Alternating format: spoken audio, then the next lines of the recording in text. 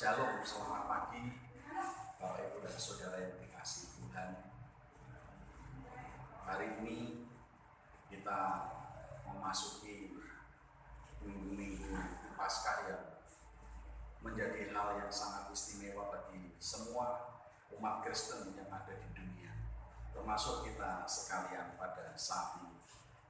Kita akan mengawali bulan April ini, minggu pertama ini, dengan ucapan syukur kita kepada Tuhan. Bersyukur atas segala yang kita nikmati. Bersyukur atas semua yang baik yang telah Tuhan kerjakan dalam kehidupan kita. Judul firman Tuhan pada pagi hari ini, hidup karena anugerah Allah, yang diambil dari Roma pasal yang kelima, ayat yang ke-12 sampai dengan ayat yang ke-21. Tetapi sebelum kita melanjutkan, mari kita akan berdoa terlebih dahulu. Kita mohon pimpinan Tuhan. Bapa Surgawi yang mengasihi kami, kami bersyukur kepadamu ya Tuhan, karena Engkau sungguh baik, karena Engkau sudah memberkati kami semuanya.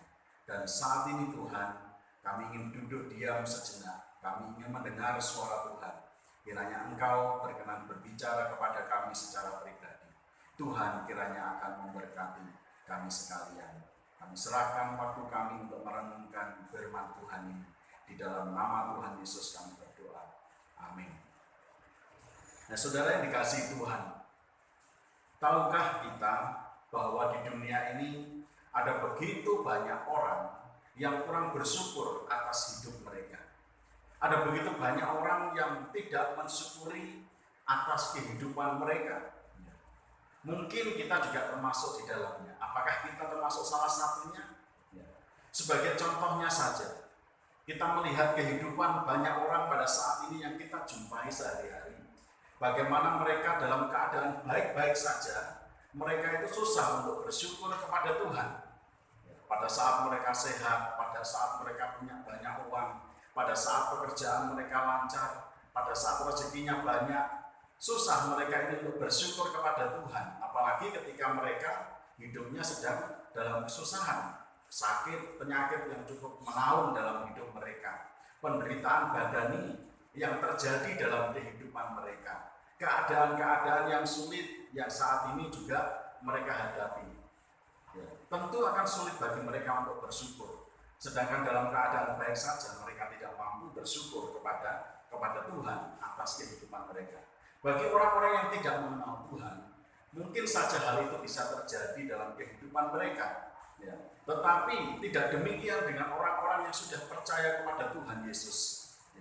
Orang-orang yang percaya, orang-orang Kristen yang sudah di dalam Kristus, seharusnya mereka akan senantiasa selalu bersyukur kepada Tuhan dan tidak pernah lelah untuk mereka ini bersyukur kepada Tuhan, sebab sesungguhnya hidup kita ini lebih beruntung dibandingkan dengan semua orang yang ada di dunia ini yang belum percaya kepada Tuhan Yesus.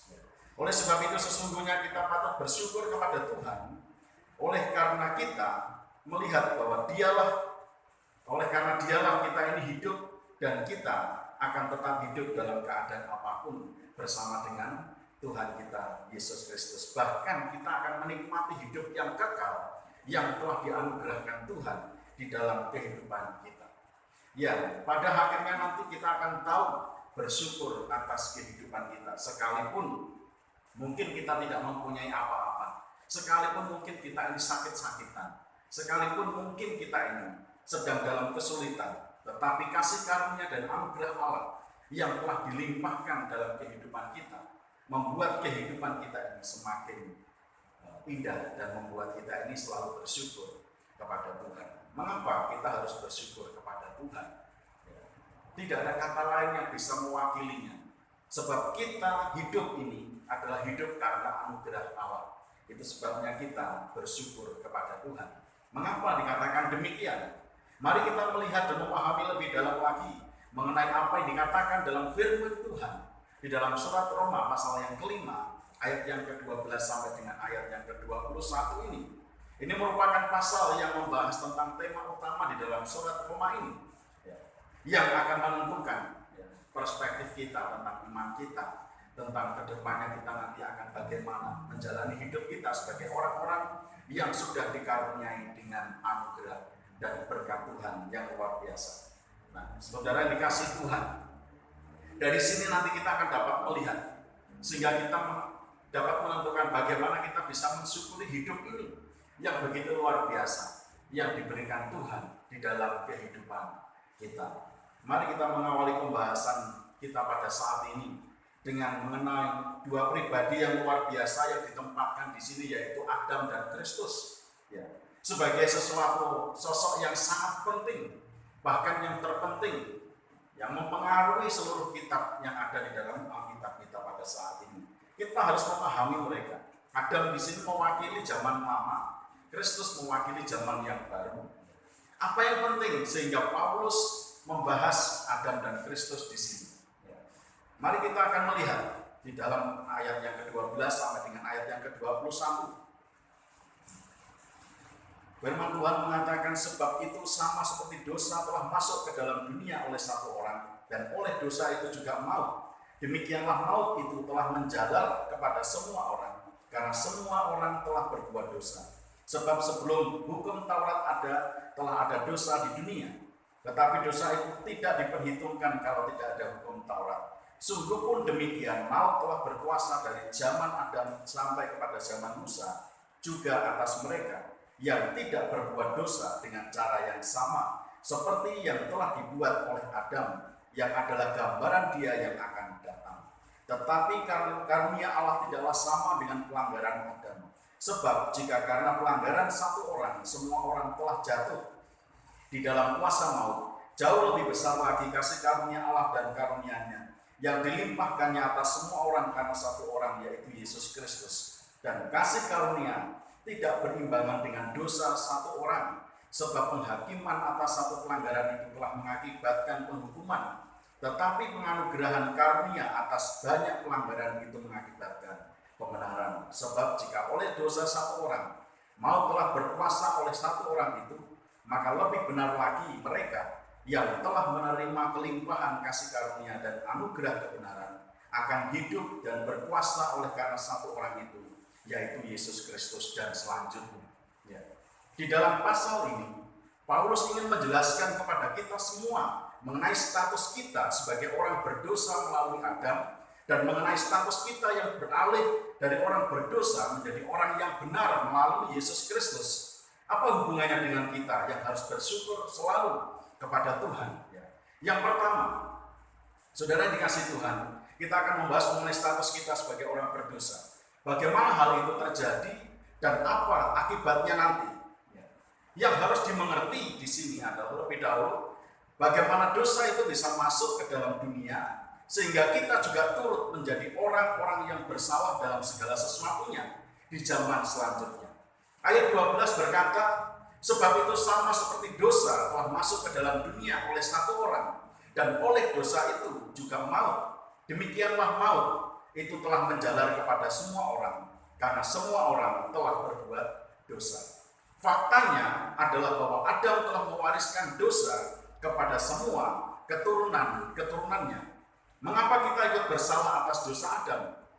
Ya. Ini yang perlu kita perhatikan, kita simak. Mari kita perhatikan dari sudut pandang yang lebih luas, bahwa sesungguhnya jangan salahkan Adam. Ya, jika status kita juga menjadi sama, yaitu sebagai orang yang berdosa. Sebab yang sebenarnya adalah bahwa kita menjadi orang yang berdosa juga karena kita juga melakukan pelanggaran-pelanggaran terhadap hukum Tuhan, seperti yang dilakukan Adam pada waktu itu. Kita bersalah karena kita melanggar juga. Di sini Paulus ingin menegaskan kepada kita semua bahwa kita adalah termasuk Adam-Adam juga. Mengapa bisa disebut demikian? Perhatikanlah, kita telah diberikan hukum oleh Allah. Firman Tuhan diberikan, perintah-perintah ketetapan diberikan oleh Tuhan untuk membawa kehidupan kita sejalan dengan kehendak Tuhan. Tetapi kita melanggarnya juga. Tindakan kita yang kita lakukan dalam kehidupan kita sama seperti yang Adam melakukan pada waktu Allah memberikan hukum kepadanya. Ia melanggarnya, kita pun juga melanggar yang sama. Perhatikan hidup kita, lihat pada diri kita masing-masing bahwa sesungguhnya apa yang kita lakukan, tindakan-tindakan kita selalu mengarah kepada penyimpangan, pelanggaran-pelanggaran, dan itu kita wariskan juga kepada anak-anak kita, kepada keturunan-keturunan dan generasi-generasi kita. Kita mewarisi dosa karena kita melakukan hal yang sama. Kita melanggar pada perintah-perintah agung Tuhan, dan kita dinyatakan bersalah atas dosa Adam karena kita melakukan apa yang Tuhan telah dilakukan oleh Adam juga di dalam kehidupan kita. Sebagai akibatnya apa? Jika status kita tetap sebagai orang berdosa, seperti yang dijelaskan Paulus dalam ayat yang ke-12 ini. Paulus merangkumnya dalam 3 kata, yaitu hukuman, maut, dan binasa. Ini suatu ketetapan yang sudah final, bahwa ketika kita berdosa, bersalah atas semua pelanggaran hukum Allah, maka kita akan dihukum Allah. Perhatikan ayat yang ke-12 di sini. Sebab itu sama seperti dosa telah masuk ke dalam dunia oleh satu orang, dan oleh dosa itu juga maut. Demikianlah maut itu telah menjalar kepada semua orang, karena semua orang telah berbuat dosa. Dosa dan maut itu sejalan. Saudara yang dikasihi oleh Tuhan, itu sebabnya semua orang di dunia ini pasti akan mati. Tidak terkecuali siapapun mereka, bahkan dengan kekayaan yang luar biasa pun, atau mungkin mereka mempunyai kekuasaan yang sangat tinggi, mereka semua akan tetap mati karena semua orang telah berbuat dosa. Kematian fisik adalah hukuman atas dosa, dan hal ini juga merupakan simbol dari kematian rohani, yaitu pemisahan utama kita dari Allah. Disinilah Paulus menekankan kepada kita semua betapa kuatnya kuasa dosa itu. Jika dosa itu biasa-biasa saja dan tidak berpengaruh, maka Kristus tidak harus mati untuk melakukan penebusan. Dan ditegaskan kembali oleh Paulus dengan memberitahukan betapa berbahayanya dosa itu dalam kehidupan manusia. Betapa berbahayanya dosa itu di dalam kehidupan saudara dan saya. Jika dosa itu masih tetap bercokol di dalam hati dan pikiran kita. Jika dosa itu masih berkuasa dalam hidup kita, maka maut itu akan menjadi hadiah. Jadi kita patut bersyukur kepada Tuhan, sebab sesungguhnya kita ini adalah orang-orang yang seharusnya mati karena dosa dan pelanggaran kita. Karena sesungguhnya kita adalah orang-orang berdosa yang tidak layak untuk menerima hidup. Kita yang seharusnya layak untuk dimurkai Allah karena banyaknya dosa dan pelanggaran yang kita lakukan di hadapan Allah. Tetapi kita semuanya mendapatkan kehidupan. Kita yang mewarisi dosa dari Adam, bahkan kepada keturunan-keturunan kita juga, dosa yang mengakibatkan kematian serta mendatangkan maut, dosa yang diwariskan seperti penyakit turunan, yang telah menjalar dari setiap generasi ke generasi, yang di dalamnya ternyata kita termasuk bagian dari orang-orang yang berdosa itu, yang seharusnya mati binasa oleh karena pelanggaran dan dosa kita di hadapan Tuhan. Dosa inilah yang menyebabkan kita harus dimurkai oleh Allah kita. Dosa yang seharusnya membawa hukuman maut bagi kita, dan seharusnya membawa kita kepada kematian yang kekal. Jadi oleh dosa satu orang, yaitu Adam, kita mewarisi dosa yang membinasakan kita. Sebab upah dosa ialah maut. Itulah yang dituliskan di dalam Roma pasal yang ke-6 ayat yang ke-23. Saudara dikasihi Tuhan, jika kita melihat status kita pada saat ini dan status kebanyakan orang yang ada di dunia ini, perhatikanlah, akan ada begitu banyak orang di dunia ini yang akan menjadi pewaris Adam dalam dosa dan pelanggaran mereka, yang akan mengakibatkan kematian yang kekal bagi mereka semua, di mana kita dahulu adalah termasuk di dalamnya. Akan ada begitu banyak orang yang akan mati binasa dengan sia-sia, sekalipun mereka banyak harta dan kekayaan. Sekalipun mereka adalah orang-orang yang kuat, orang-orang yang berkuasa, sekalipun mereka adalah orang-orang yang memiliki kedudukan yang tinggi di dalam kehidupan mereka. Dosa tetaplah dosa yang akan membawa setiap orang kepada kematian yang kekal. Semua akan terus terjadi dalam kehidupan kita seperti sebuah rantai yang tidak ada putusnya, yang saling menyambung-menyambung, kecuali jika kita memutus rantai dosa itu di dalam diri kita dengan menerima anugerah Allah, suatu pemberian yang baik dan mulia, yaitu anugerah keselamatan dan hidup kekal sebagai kasih karunia yang ada hanya di dalam Kristus. Ingatlah bahwa semua yang kita miliki tidak akan pernah mampu membeli kehidupan kita yang sesungguhnya. Itulah sebabnya saya mengatakan kepada saudara sekalian bahwa kita patut bersyukur kepada Tuhan kita Yesus Kristus, sebab kita adalah orang-orang yang paling beruntung di dunia ini. Sekalipun mungkin kita tidak memiliki harta kekayaan yang melimpah seperti yang pernah Yesus ajarkan melalui Rasul Paulus kepada jemaatnya yang ada di Efesus. Sekalipun mungkin kita masih sakit-sakitan, sekalipun mungkin keadaan kita ini susah, ekonomi kita lemah dan dalam segala penderitaan badan, sebab itu kita adalah orang-orang yang paling beruntung, yang harusnya kita ini bersyukur kepada Tuhan karena kita hidup oleh anugerah Allah. Itu yang pertama, tentang status kita, tentang keadaan kita yang sesungguhnya.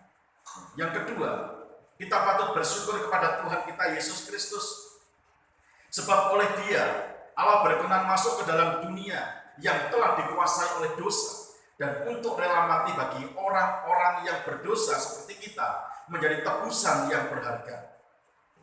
Kristus merupakan korban yang tunggal dan yang kudus, supaya kita semua tidak binasa, melainkan beroleh hidup yang kekal selama kita mau menerima anugerahnya dan mempercayai Dia. Bahwa oleh karena Kristus status kita beralih dari orang berdosa menjadi orang benar yang mewarisi kehidupan, bahkan kehidupan yang kekal yang Tuhan janjikan kepada barang siapa yang percaya kepada Dia yang telah mati dan yang hidup kembali, yaitu Yesus Kristus yang adalah Tuhan dan Juru Selamat kita. Nah saudara yang dikasihi Tuhan, tetapi apa yang Adam perbuat dengan apa yang Kristus perbuat sungguh sangat jauh berbeda.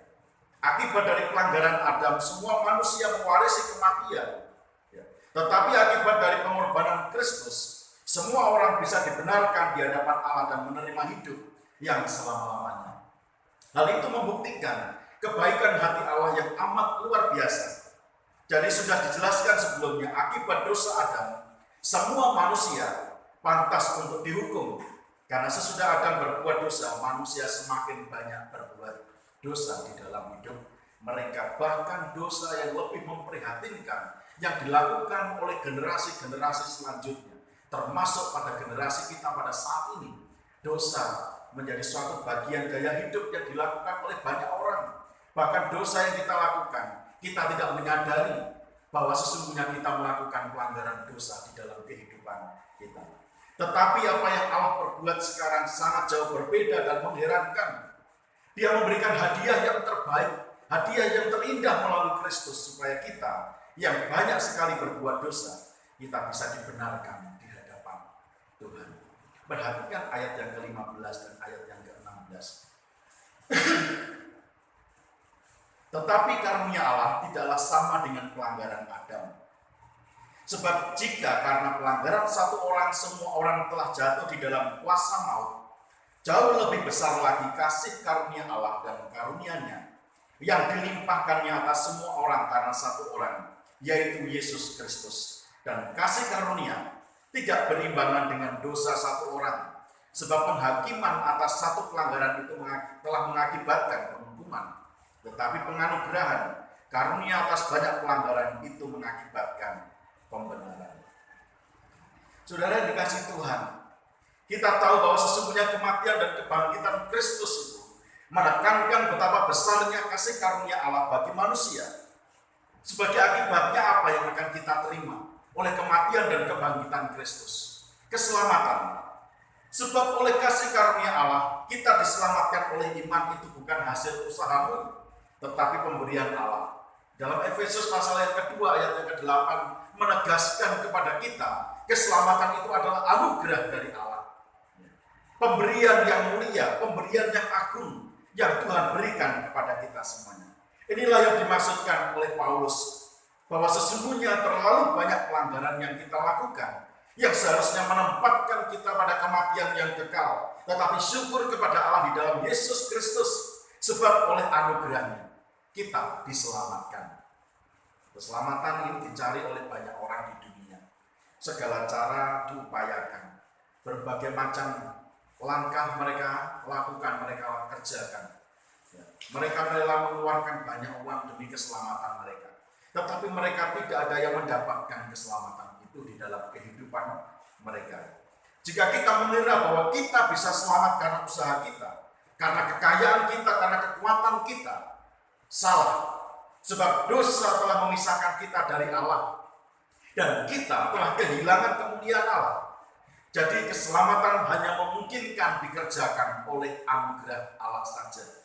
Allah yang Maha Kudus melalui korban tunggal yang agung, yaitu darah Kristus Yesus yang dicurahkan bagi kita semua melalui salib. Kita akan diselamatkan oleh kasih karunia Allah.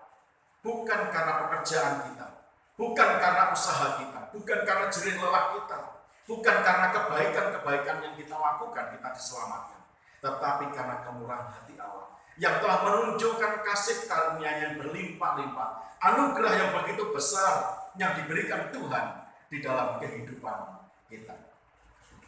Yang kedua, sebagai akibat dari kematian dan kebangkitan Kristus yang menyatakan bahwa Dia hidup menang atas maut, dan kita yang beroleh kasih karunia Allah ini, kita yang beroleh anugerah Allah ini, sebagai orang-orang percaya yang sudah menang, kita akan memerintah dalam hidup. Dalam ayat yang ke-17 kita melihat, sebab jika oleh dosa satu orang maut telah berkuasa oleh satu orang itu, maka lebih benar lagi mereka yang telah menerima kelimpahan kasih karunia dan anugerah kebenaran akan hidup dan berkuasa oleh karena satu orang itu, yaitu Yesus Kristus. Oleh kasih karunia Allah kita akan hidup, dan Tuhan izinkan kita pun turut memerintah bersama dengan Dia dalam kerajaan Allah yang kekal. Di dalam ayat yang ke-17 sudah dijelaskan bahwa oleh dosa satu orang maut telah berkuasa oleh satu orang itu, maka lebih benar lagi mereka yang telah menerima kelimpahan kasih karunia dan anugerah kebenaran akan hidup dan berkuasa oleh karena satu orang itu, yaitu Yesus Kristus. Sungguh betapa besarnya anugerah Allah yang dilimpahkannya kepada kita yang percaya kepada Dia, yang meresponi kasih karunia-Nya akan beroleh hidup dalam kemenangan dan masuk dalam perhentian yang kekal bersama dengan Allah untuk selama-lamanya dalam kemuliaan-Nya. Betapa indahnya kita semuanya. Kita bersyukur kepada Tuhan jikalau kita mungkin secara ekonomi tidak lebih beruntung dari mereka-mereka yang ada di dunia ini, yang hidup secara duniawi.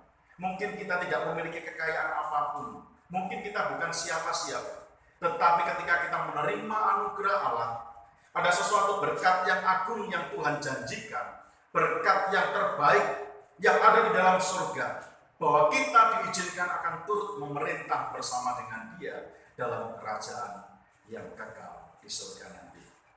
Yang ketiga yang kita dapatkan ketika Allah benar-benar menunjukkan kasih setia-Nya kepada kita, anugerah dan juga berkat-Nya kepada kita semua. Semua orang beroleh pembenaran untuk hidup.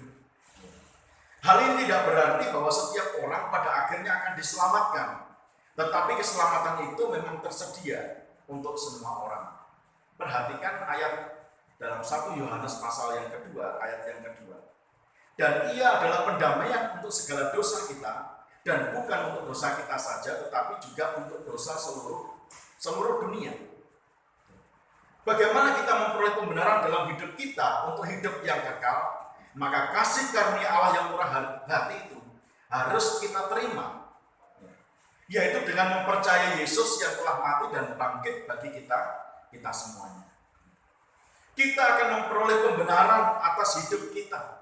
Pembenaran untuk kita ini hidup dengan cara kita hanya bisa menerima, merespon kasih karunia Allah itu. Kita menerimanya dan mempercayai Yesus sebagai Allah dan Tuhan yang telah mati dan bangkit bagi kita semuanya melalui jalan salib itu. Yang keempat, dampaknya apa yang akan kita dapatkan jika kematian dan kebangkitan Kristus yang dikaruniakan kepada kita semuanya sungguh-sungguh akan terjadi dalam kehidupan kita. Semua orang menjadi benar. Kasih karunia Allah yang dilimpahkannya kepada kita mengakibatkan pembenaran, sehingga status kita sekarang beralih dari orang yang berdosa menjadi orang benar yang dibenarkan oleh anugerah Allah dalam Yesus Kristus. Sekali lagi saya katakan menjadi benar karena kita dibenarkan oleh anugerah di dalam Yesus Kristus. Bukan karena pekerjaan kita, bukan karena kita memang orang yang benar, tetapi kita orang yang berdosa yang dianggap benar oleh Allah sendiri menurut kasih karunia dan anugerah Allah di dalam Yesus Kristus. Jadi oleh Yesus Kristus kita dibenarkan dan beroleh hidup yang kekal dalam keselamatan. Itulah anugerah Tuhan yang diberikan kepada kita semua. Kita hidup karena anugerah Allah. Itu sebabnya mengapa saya mengajak saudara sekalian untuk selalu bersyukur atas hidup kita. Bersyukur atas segala nikmat dan rahmat yang telah diberikan Tuhan di dalam kehidupan kita. Bersyukur untuk segala keadaan apapun yang terjadi dalam kehidupan kita. Oleh sebab itu kita sebagai orang Kristen yang sudah diberkati Tuhan dengan kelimpahan kasih karunia-Nya, bahwa kita tidak akan mati dalam kebinasaan yang kekal, melainkan akan beroleh hidup yang kekal bersama dengan Bapa kita di surga. Perhatikanlah, renungkanlah dua hal ini sebagai wujud rasa syukur kita kepada Allah karena anugerah-Nya. Ada dua pilihan yang harus kita ambil pada saat ini. Kita memilih untuk tetap hidup di dalam dosa yang berakibat kepada kematian yang kekal, atau kita akan memilih untuk hidup dalam pertobatan yang sungguh-sungguh dari segala dosa dan pelanggaran kita, dan kita menerima anugerah Allah di dalam Yesus Kristus, mempercayai Dia dalam laku hidup kita yang akan menyebabkan kita beroleh hidup yang kekal dalam kemuliaan. Pilihan ada pada kita semua. Mari kita renungkan firman Tuhan pada pagi hari ini. Kiranya Bapak, Ibu, dan Saudara sekalian diberkati Tuhan. Mari kita akan berdoa bersama-sama.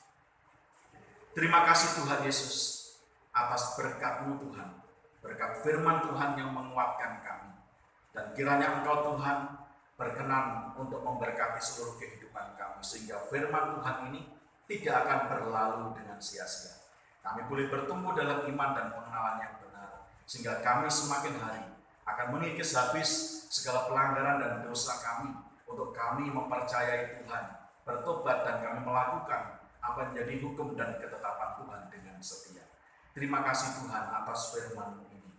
Kami rindu Tuhan, kami menjadi orang-orang yang selalu bersyukur atas segala hal yang terjadi dalam kehidupan kami, atas segala keadaan dalam hidup kami, bahwa kami adalah orang-orang yang beruntung, yang beroleh kasih karunia dan anugerah Tuhan, sehingga kami hidup sampai hari ini, dan kami akan tetap hidup dalam kekekalan bersama dengan Engkau untuk selama-lamanya.